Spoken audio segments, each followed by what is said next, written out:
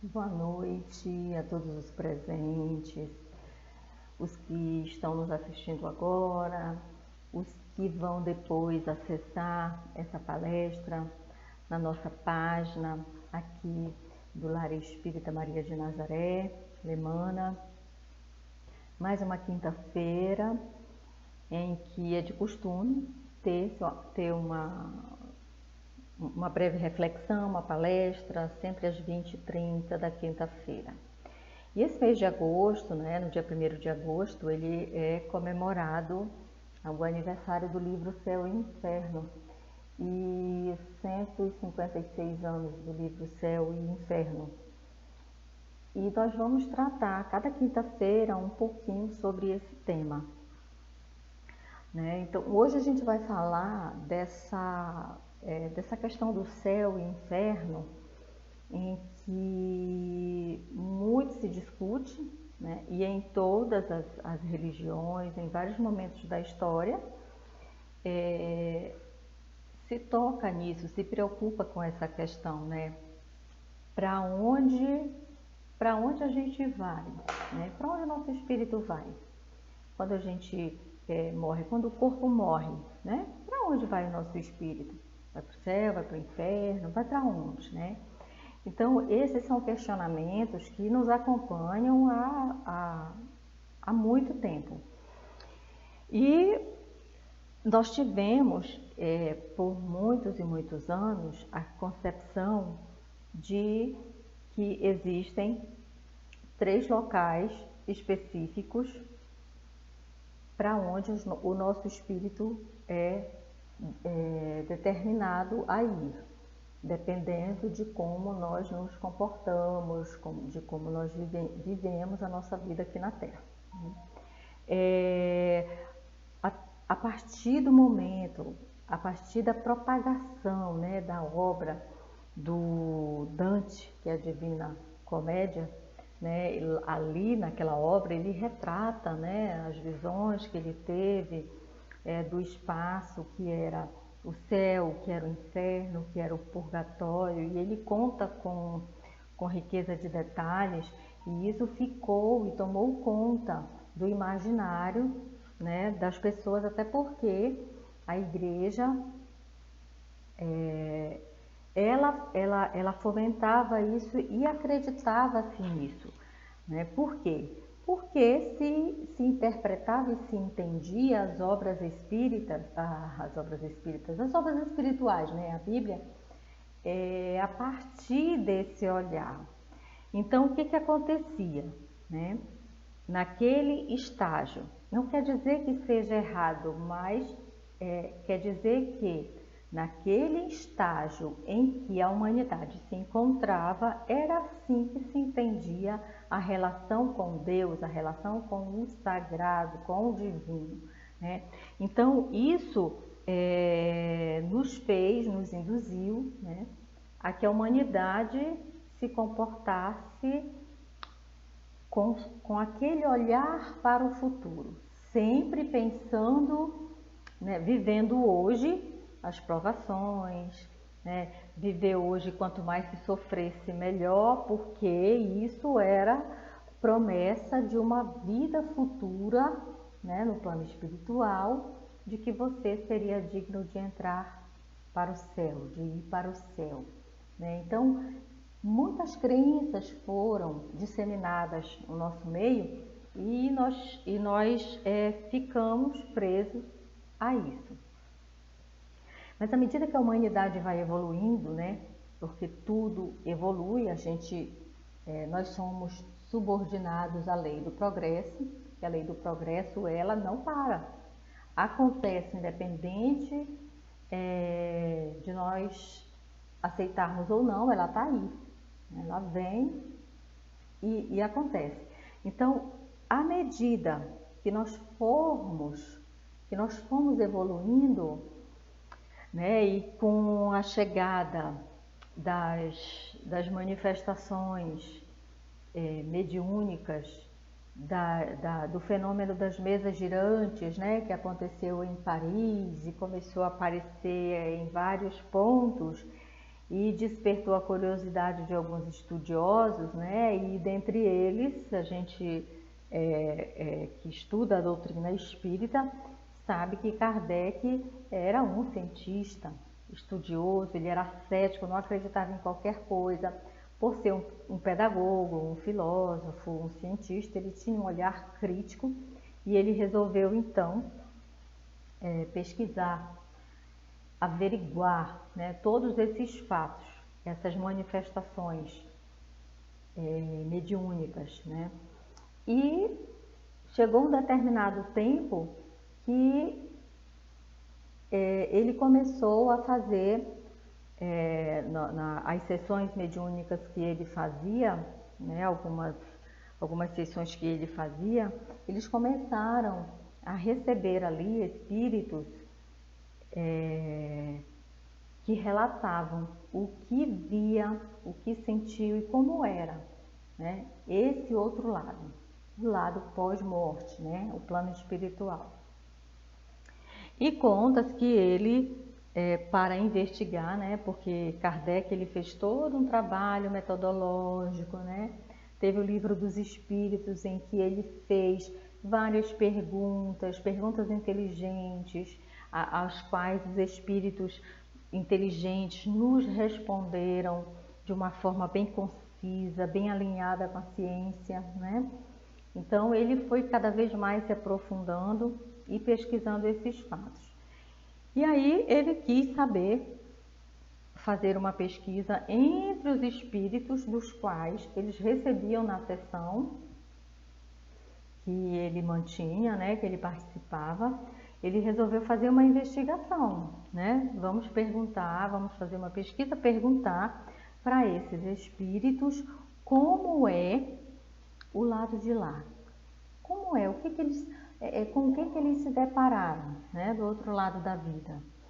E aí abriu-se umas sessões, né, espíritas específicas para isso, né? Kardec abriu um espaço específico para isso. E aí ele foi anotando e compilando todos os dados e as impressões que esses espíritos traziam.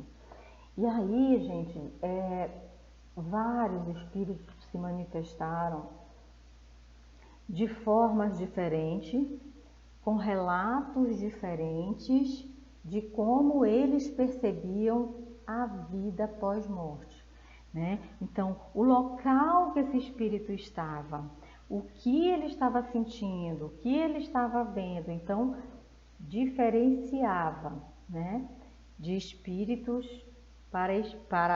de espírito para espírito. Alguns tinham semelhanças, outros não.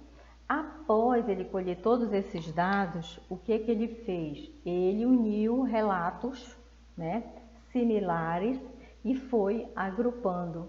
E aí ele percebeu os tipos de espíritos, né, que se manifestavam através dos seus relatos, o nível desses espíritos.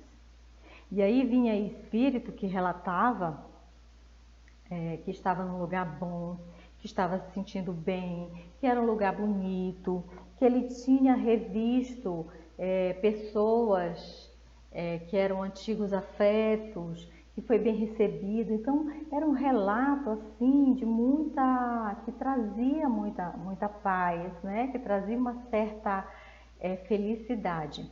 E esses relatos ele agrupou e colocou e classificou como espíritos felizes. Esses são os espíritos felizes, ok. E aí ele começou a perceber que tinham espíritos que vinham com uma grande carga de sofrimento, de dor, de arrependimento, né? Alguns arrependidos de não terem aproveitado o tempo que lhe foi dado, de terem vivido uma vida de vícios ou de ócio, né? E vinha também espíritos, aqueles que eram muito endurecidos, né? Estavam assim muito ainda empedernidos no mal. Tinham espíritos assim que eram suicidas e traziam os relatos assim também de arrependimento, né? De sofrimento por ter por ter abreviado a vida. Então, ele foi percebendo aqueles relatos e classificou nesses tipos de espírito. E aí, através desses relatos, foi percebido também, e isso tem tudo no livro O Céu e Inferno, né? É um livro assim maravilhoso que descortina toda essa impressão que a gente tem, né, de que existe o céu, o inferno e o purgatório. Na verdade, existe, mas entre céu, inferno e purgatório há inúmeras possibilidades, né? Inclusive de que não se trata de um lugar físico, mas de um estado de consciência. E aí ele foi percebendo que esses espíritos, a depender do que ele encontrava no plano espiritual, tinha a ver com a forma como ele viveu, como ele fez uso da sua existência, né? E aí nos faz refletir na seguinte questão: antigamente, quando ainda tínhamos a concepção de que dependendo do nosso comportamento a gente ia para o céu ou para o inferno, e que existia no inferno uma figura denominada o diabo, né? Aquele que comanda aquele lugar, que é personificado na figura do mal, né? Então era bem mais fácil colocarmos a culpa fora, né? O diabo é culpado, né, por essas coisas que não deram certo, pelo vício, né? No nosso meio espírita a gente pode dizer que o obsessor é culpado, ou seja, aquele olhar para fora, de sempre achar que há algo que está fora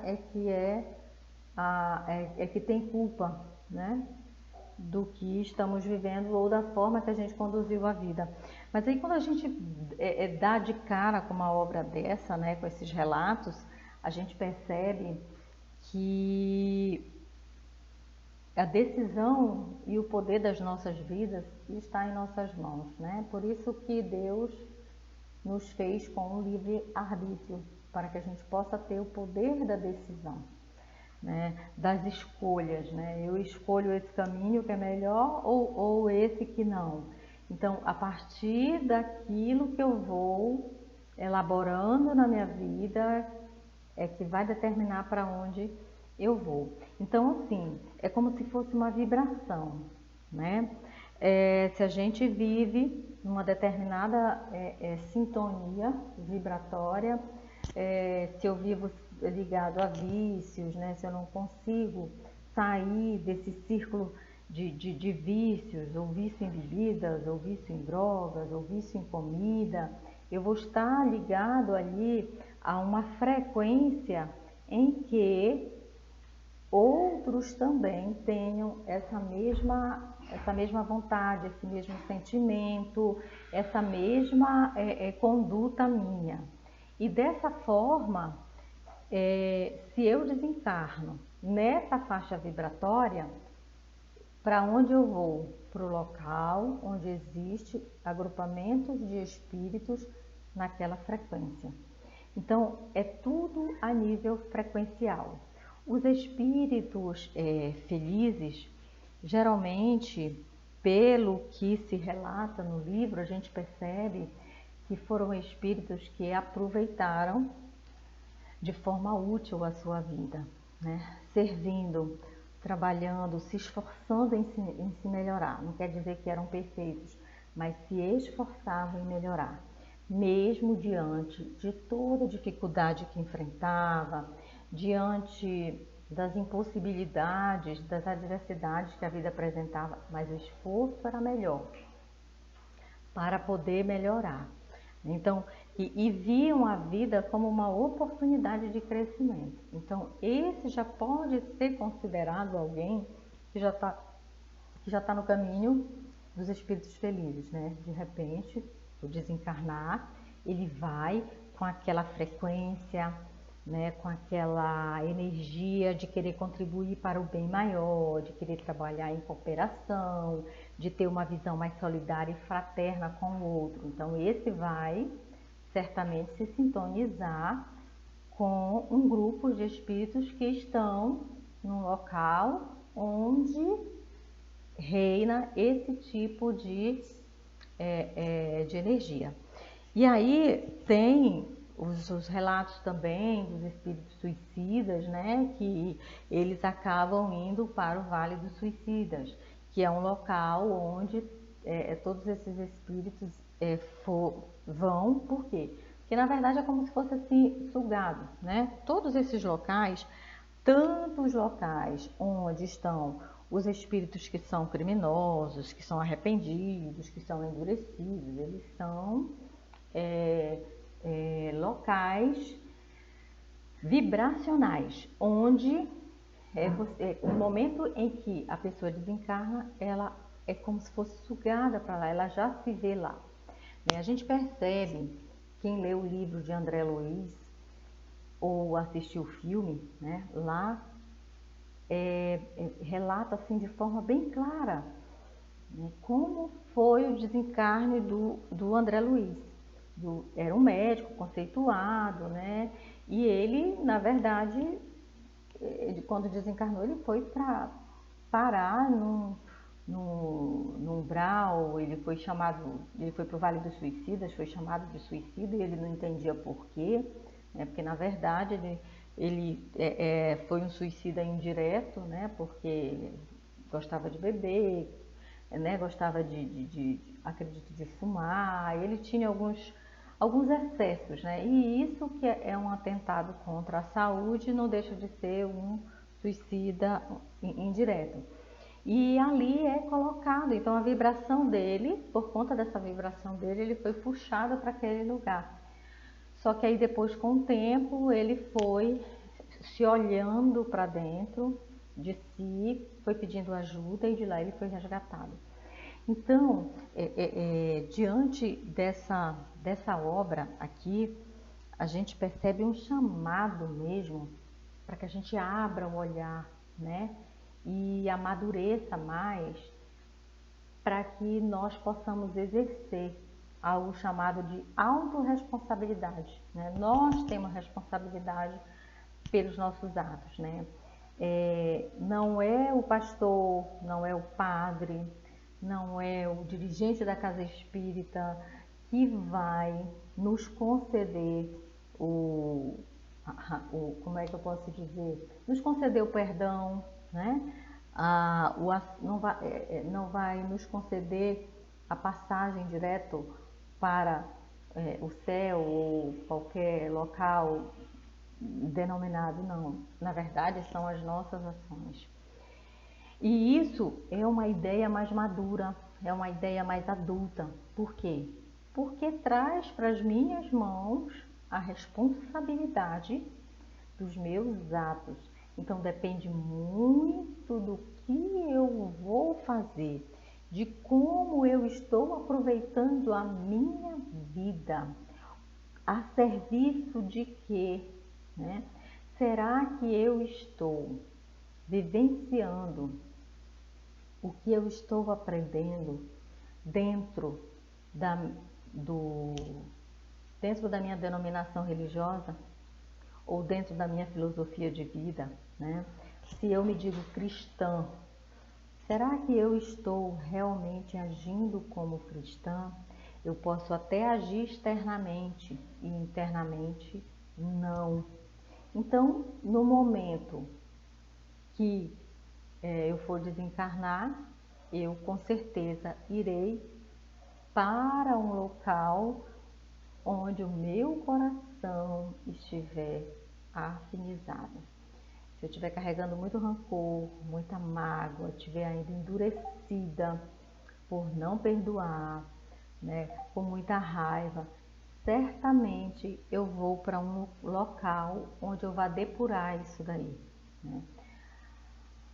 E aí, quando a gente percebe que essa responsabilidade está em nossas mãos, aí a coisa fica mais séria, porque nós somos obrigados a olhar para nós mesmos. né? E começar a trabalhar nossa autorresponsabilidade mesmo, a prestar atenção. Não quer dizer que a gente vá ser perfeito, mas que a gente vá agora começar a perceber as dificuldades que nós trazemos, porque cada um de nós traz uma dificuldade, né? Tem gente que traz muita dificuldade com vícios, então já sabe que isso é uma fraqueza, já sabe que isso é algo, é um desafio naquela existência. Então, é procurar caminhos, buscar ajuda para superar essa dificuldade, né? Porque assim, nós sempre temos ajuda do plano espiritual, do plano material, é só a gente buscar, né? Às vezes o orgulho nos impede, né, de buscar ajuda, mas buscando ajuda que a gente consegue. Nesse aspecto, né, a doutrina espírita ela vem nos trazer essa luz, né, que é um farol, que traz a responsabilidade para nós. Então, como é que eu vou aqui conseguir estar no estágio em que para mim seja o céu, né? Porque pela obra e pelos ensinamentos que a gente estuda e lê, a gente entende que o céu, o inferno, o umbral são estados de consciência. Então, como é que eu vou trabalhar para sair de um estado de consciência que possa estar me ligando a uma vida infernal, né? Para ir para um estágio em que eu esteja ligado a uma vida que seja um céu. Na verdade, esse exercício nós somos chamados a começar a treiná-lo aqui, enquanto estamos vivos. Foi por isso que nós viemos para cá, né? Todos nós viemos, encarnamos aqui na Terra para viver uma história, para viver uma experiência aqui na carne, justamente para enfrentar os nossos desafios, que esses desafios são aquelas pedras no nosso caminho que nos impedem de evoluir, não é? Então, o chamado é para que a gente aprenda a transpor esses objetivos, esses desafios, né? O nosso objetivo maior é evoluir, então a gente precisa exercitar e ultrapassar esses desafios. Só assim a gente alcança um grau mais evoluído. Então, começa aqui. A forma, o momento que estamos vivendo, a vibração que estamos inseridos, é ela que vai determinar o local espiritual para onde iremos. Nós sabemos, né, através das obras mediúnicas, principalmente de André Luiz, que nos traz muita informação sobre o plano espiritual, que existem várias colônias espirituais. Além da diversidade de mundos, também existem as colônias espirituais mais próximos à Terra ou mais distantes. E dentre essas colônias espirituais existem também vários níveis. São as colônias de socorro, as colônias de refazimento, as colônias de aprendizado. Então é uma infinidade de possibilidades e de locais que tem para nos acolher após o nosso desencarne, após a morte do corpo. Percebem então como é importante o nosso exercício de melhoria interna? É por isso que a maior proposta da doutrina espírita é realmente nós nos reformarmos intimamente. Então, aquela maior dificuldade que eu tenho é justamente aquela a qual eu devo me dedicar para melhorar, porque é ela que vai servir de pedra ou de ponte, né? Para que eu possa estar num plano espiritual melhor, num plano espiritual mais elevado, né? Então, dessa forma, eu sei que não é fácil, né? E o relato dos espíritos também não é fácil. Quando a gente faz as nossas orações, né? A gente sente no nosso coração o acolhimento dos nossos mentores espirituais, dos nossos irmãos espirituais que nos ajudam nessa jornada, né? A força para que a gente possa seguir. Mas é importante que tenhamos a consciência de que o céu e o inferno a gente vive aqui, no presente. É o nosso estado mental, é o nosso estado emocional, não é, que determina isso. No momento em que a gente está vivendo, onde a gente vê muito desespero, né, muita tristeza, muita desesperança, é nesse momento que nós somos mais chamados a exemplificar o que nós aprendemos com o nosso mestre maior, que é Cristo, né? Então, diante de toda essa polêmica, diante de todas essas questões que o mundo está passando, é se perguntar em que eu posso ser útil nesse momento, né? É fazendo uma postagem, né, nas redes sociais que tranquilize, é apenas não respondendo de forma agressiva a uma provocação que me veio, porque tudo está muito polarizado, né? Ou eu sou isso, ou eu sou aquilo, e se eu não sou isso, eu acabo sendo afrontada, né, de certa forma, porque eu não aceito essa opinião, então está tudo assim muito alterado. Então, a paz no mundo, né, a melhoria que a gente quer ver no mundo, ela começa aqui, em nós.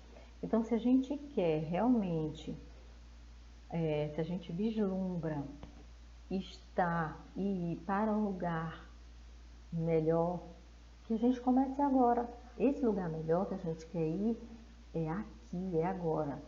Por mais que esteja acontecendo tudo que está acontecendo, né, ao nosso redor, essas notícias que estão vindo no mundo inteiro, que a gente já sabe, nem precisa repetir aqui, mas deve começar aqui, dentro de nós, né? A gente sabe que tem uma fonte que a gente pode buscar luz.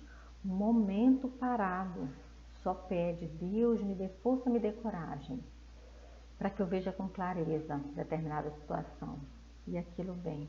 E mesmo que não consiga fazer isso, porque às vezes a gente está tão atribulado que não consegue nem fazer uma prece. Então, passa uma mensagem para um amigo me ajuda, faz uma oração por mim. Ou então, se filia a um grupo de estudo, né, no centro espírita, na igreja, em qualquer lugar. Nesse momento é muito importante que a gente se firme em algo espiritual e também que a gente cuide da saúde mental. Hoje tem muito serviço sendo oferecido, serviço de terapeutas bons na área da psicologia, né? As UBSs já tem psicólogo fazendo trabalho voluntário. É sempre buscar ajuda para sair do momento de desespero, porque nesse momento de desespero a gente acaba fazendo coisas que pode se arrepender por vários anos e séculos à frente, né? Então, ter muito esse olhar, né, de que o céu, o inferno, o umbral, a colônia espiritual feliz, ela começa hoje, ela começa aqui, na minha vivência do dia a dia, né? Não é uma coisa futura. Eu não posso estar vivendo hoje lá pensando no futuro, senão eu não estou no meu presente e eu não executo o que eu preciso executar nessa existência. Porque eu vim para executar algo, né? Eu tenho um propósito, nós todos temos um propósito. E a nossa missão é desenvolver esse propósito, ou esses propósitos, não é? Então, se a agonia chega, se a depressão chega, se o desânimo chega, é porque a gente está desviado desse propósito. Então, vamos buscar ajuda, né? Dificuldades todo mundo passa, todo mundo passa. Então, é buscar ajuda e não se fechar. É difícil quando a gente se fecha, né? Quando a gente se fecha, às vezes quem está do lado não percebe, né? Mas aí, procurando ajuda, a ajuda vem, sim. Não esqueçamos que além dos nossos mentores espirituais, nós temos toda uma equipe espiritual que nos ajudam. Tem a equipe espiritual que nos ajuda no trabalho que a gente veio realizar nessa vida, através da nossa profissão. Tem os mentores, tem a equipe espiritual que está com a gente, pertencente à instituição religiosa a qual estamos ligados, ou até a missão do lar, de cuidar do lar, também tem. Nós nunca estamos sozinhos, tá? Nunca estamos sozinhos. Então, a mensagem que eu quero deixar essa noite, através dessa reflexão, né, sobre o céu e o inferno, é isso, né? Que hoje a humanidade já evoluiu, a nossa mente já saiu daquela infância em que tinha um pai que nos dava, né? E alguém para a gente culpar do mal que a gente fez. Hoje está dentro de nós. Nós somos responsáveis, né? Pelos nossos atos.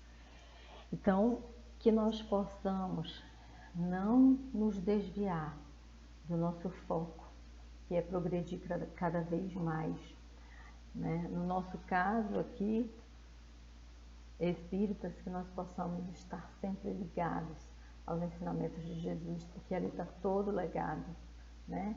Está todo o legado do que a gente deve fazer, de qual caminho trilhar, para que a gente consiga estar nesta paz. Às vezes a gente está sofrendo e sofrendo muito, mas quando a gente tem, né, aquela fé, aquela certeza, aquele amparo, a gente consegue passar pelo sofrimento de uma forma mais resiliente. Quando a gente busca ajuda, aí a gente tem ajuda de um profissional, né?